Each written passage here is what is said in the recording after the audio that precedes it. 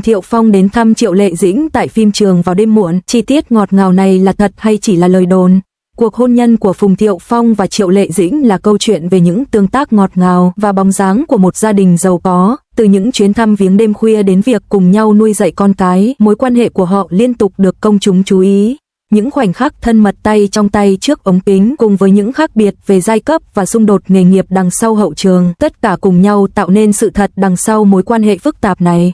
Thăng thừa thế trai Duzier Thăng khi chủ đề Thăng Phùng Thiệu Phong đến thăm Triệu Lệ Dĩnh lúc nửa đêm tại phim Trường Thăng trở thành chủ đề thịnh hành. Những bức ảnh họ nắm tay nhau trên đường phố Hạ Môn đã khơi lại sự chú ý của công chúng đối với cặp đôi nổi tiếng này. Trong ảnh, Phùng Thiệu Phong xuất hiện kín đáo trong trang phục đen, còn Triệu Lệ Dĩnh mặc áo phông trắng và rạng rỡ. Hình ảnh họ nắm tay nhau dạo phố được cư dân mạng ví von là một bộ phim thần tượng sống động. Tuy nhiên, đằng sau cuộc gặp gỡ tưởng chừng ngọt ngào này, liệu đó là khoảnh khắc tình cảm chân thành hay một chiêu trò quảng cáo được dàn dựng công phu? 1. Xem lại dòng thời gian, từ những cuộc gặp gỡ đêm khuya đến chuyến thăm thực tế. Tháng 9 năm 2017, tin đồn về mối quan hệ giữa Phùng Thiệu Phong và Triệu Lệ Dĩnh rộ lên. Cư dân mạng đưa tin Phùng Thiệu Phong đã đến nhà Triệu Lệ Dĩnh vào đêm khuya để đón cô. Hai người đã qua đêm cùng nhau trước khi thận trọng rời đi, và việc trợ lý của họ kiểm tra trước càng làm tăng thêm sự bí ẩn. Vào thời điểm đó, cả hai đang hợp tác trong bộ phim Tây Du Ký, Nữ Vương Quốc và phim truyền hình Minh Lan Truyện, và tin đồn này bị nghi ngờ là chiêu trò quảng bá cho bộ phim mới. Tháng 5 năm 2020, mối quan hệ giữa hai người có bước ngoặt quan trọng.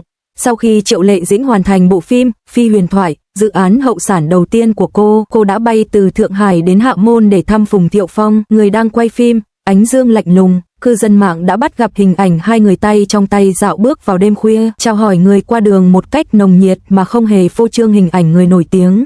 Hành động này không chỉ xóa tan những tin đồn ly hôn trước đó mà còn được hiểu là minh chứng cho một mối quan hệ bền vững. Tháng 3 năm 2025, bức ảnh ba người nắm tay nhau khi đưa con trai đi học mẫu giáo lại gây xôn xao dư luận. Mặc dù cả hai đã ly, với một trợ lý quan sát xung quanh và cả hai rời đi cùng lúc, thì những tương tác của họ và người hâm mộ của Triệu Lệ Dĩnh tập trung vào danh tiếng của tác phẩm và việc thổi phồng quá mức một mối quan hệ có thể làm suy yếu hình ảnh người phụ nữ độc lập của cô. Năm 2025, phản hồi của Triệu Lệ Dĩnh trước tin đồn về chuyện tình cảm với đạo diễn Triệu Đức Ân, người từng gây tranh cãi với bộ phim Chị Em Gái Của Em, càng làm nổi bật quyết tâm kiên định của cô trong việc bảo vệ quyền riêng tư.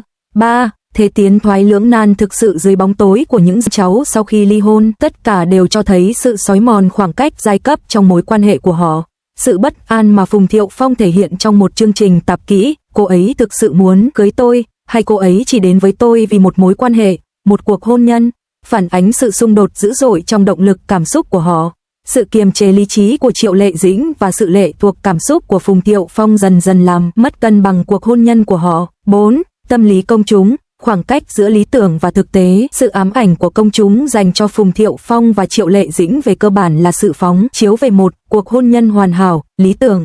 Từ những buổi gặp gỡ ngọt ngào đêm khuya trên phim trường cho đến những tin đồn tái hôn ồn ào, cư dân mạng đã gán ghép nỗi khao khát ấm áp gia đình của họ lên cặp đôi nổi tiếng này. Tuy nhiên, hôn nhân ngoài đời thực phức tạp hơn nhiều so với những gì màn ảnh khắc họa. Khác biệt giai cấp, xung đột nghề nghiệp và xung đột tính cách, những yếu tố bị giản lược thành khía cạnh nắm tay, hời hợt của những chủ đề thịnh hành. Năm 2025, Phùng Thiệu Phong xuất hiện ở Tam Lý Đồn cùng bạn gái giấu tên, và Triệu Lệ Dĩnh đáp trả những tin đồn bằng những lời lẽ tục tĩu. Những hành động đã phá tan ảo tưởng về cuộc hôn nhân hoàn hảo. Trong khi công chúng vẫn bám víu vào viễn cảnh giống nhau như đúc, thì các bên liên quan đã vượt qua làn sóng dư luận đang âm ỉ, bắt đầu hành trình riêng của mình. Những chi tiết ngọt ngào trong chuyến thăm Triệu Lệ Dĩnh lúc nửa đêm của Phùng Thiệu Phong tại phim trường cho thấy cả cảm xúc chân thật lẫn ảnh hưởng tinh tế của chiến dịch PR người nổi tiếng. Trong ngành giải trí, nơi giao thông là tối quan trọng, ranh giới giữa cảm xúc cá nhân và logic thương mại ngày càng mờ nhạt.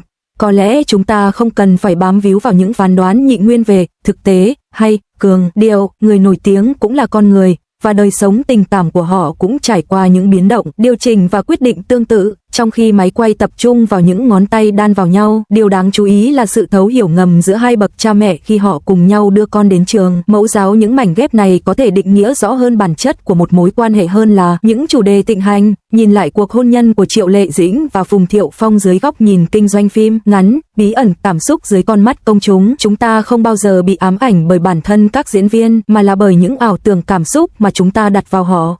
Cuộc chia tay tỉnh táo của Triệu Lệ Dĩnh và Phùng Thiệu Phong đã viết lại câu chuyện tình yêu của họ chia tay, mỗi người hạnh phúc mãi mãi, sự nghiệp thăng hoa bên nhau. Bộ phim mang đến cảm giác như một thế giới trưởng thành hơn là một câu chuyện cổ tích về hoàng tử và công chúa. Khi chúng ta là CP, chúng ta thực sự đang nói về điều gì?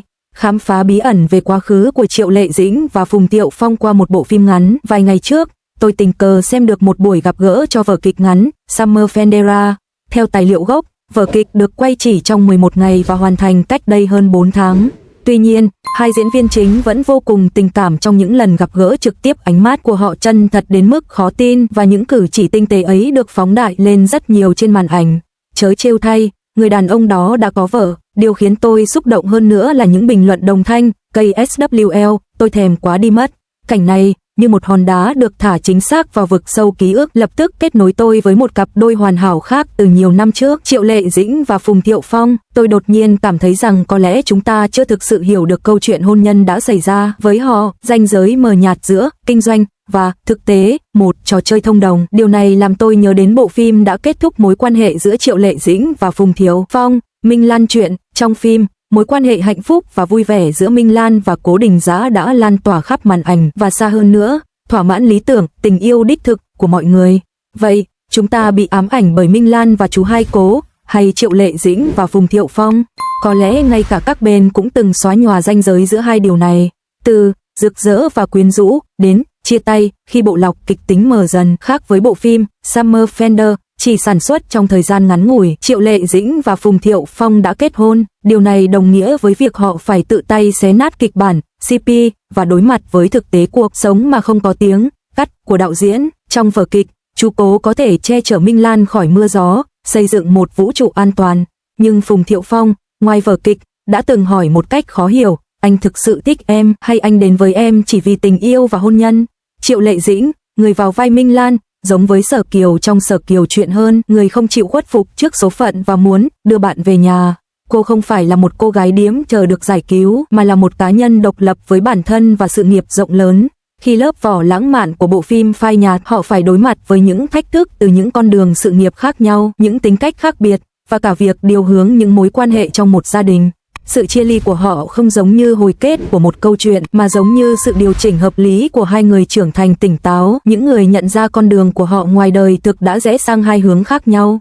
Những gì chúng ta thể hiện luôn là kịch bản tình yêu của riêng chúng ta. Quay lại với những bình luận về Summer Fendera, những khán giả biết phim giả nhưng vẫn hét lên KSWL. Điều họ ám ảnh không phải là bản thân diễn viên, mà là những giấc mơ cảm xúc về sở thích và duy nhất được thể hiện từ trái tim họ. Chẳng phải cũng giống như khi chúng ta say mê cặp đôi Dĩnh Phong CP sao?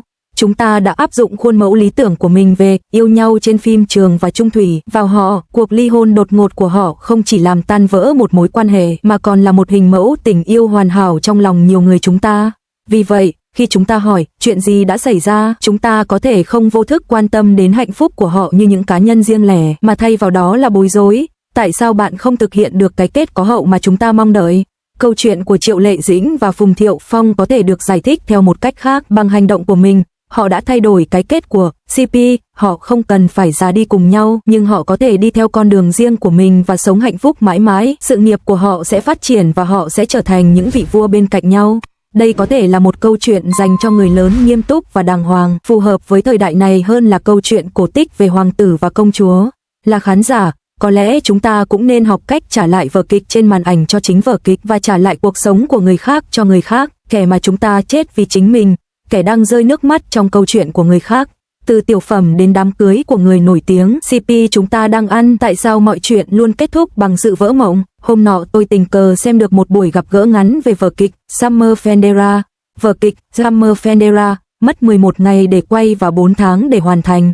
Hai diễn viên nam và nữ chính đứng trên sân khấu, mắt họ trừng trừng, những ngón tay chạm vào nhau rồi lại tách ra, đầu cúi xuống thì thầm, tiếng cười vang lên. Những lời bình luận trở nên rôm rả. KSWL, họ là người thật đấy chứ. Nhưng tôi biết người đàn ông đó đã có vợ. Tim tôi đập thình thịch. Đột nhiên tôi nhớ đến Triệu Lệ Dĩnh và Phùng Thiệu Phong của nhiều năm trước. Họ cũng yêu nhau trên phim Trường. Những khoảnh khắc ngọt ngào trên màn ảnh được chuyển thể thành hiện thực, và họ cũng khiến vô số người phải trầm trồ khen ngợi. Và rồi sao? Họ kết hôn, sinh con, rồi ly hôn. Tất cả đều diễn ra suôn sẻ và thuận lợi. Chúng ta đang ăn gì? Ta tin tưởng và rồi họ kết hôn, không có gì kịch tính cả. Trong đời thực không có nhận ra con đường của họ sau tất cả đã khác nhau và cùng nhau thay đổi hướng đi. Điều này tiên tiến hơn nhiều so với những kết thúc hoàn hảo, gượng ép. Giờ nhìn lại những bình luận nồng nhiệt về Summer Fendera, tôi thấy thật trớ trêu. Chúng tôi biết đó là một vở kịch, vậy mà lại quá coi trọng nó. Và khi những người nghiêm túc với nó lại đi chệch khỏi kịch bản, chúng tôi lại đổ lỗi cho họ đã phá hỏng giấc mơ của chúng tôi.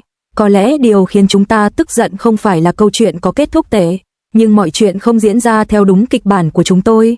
Câu chuyện của Triệu Lệ Dĩnh và Phùng Thiệu Phong có lẽ đưa ra một câu trả lời khác. Yêu nhau trên phim trường không phải là tội lỗi và chia tay trong sáng cũng không phải là mất mát. Họ đã thành công trong việc nâng tầm mối quan hệ từ đồng nghiệp lên bạn đời, rồi cuối cùng lại tìm được một vị trí thoải mái hơn cho cả hai. Họ chia tay, mỗi người đều hạnh phúc mãi mãi. Trong sự nghiệp, họ vẫn tiếp tục thống trị bên nhau.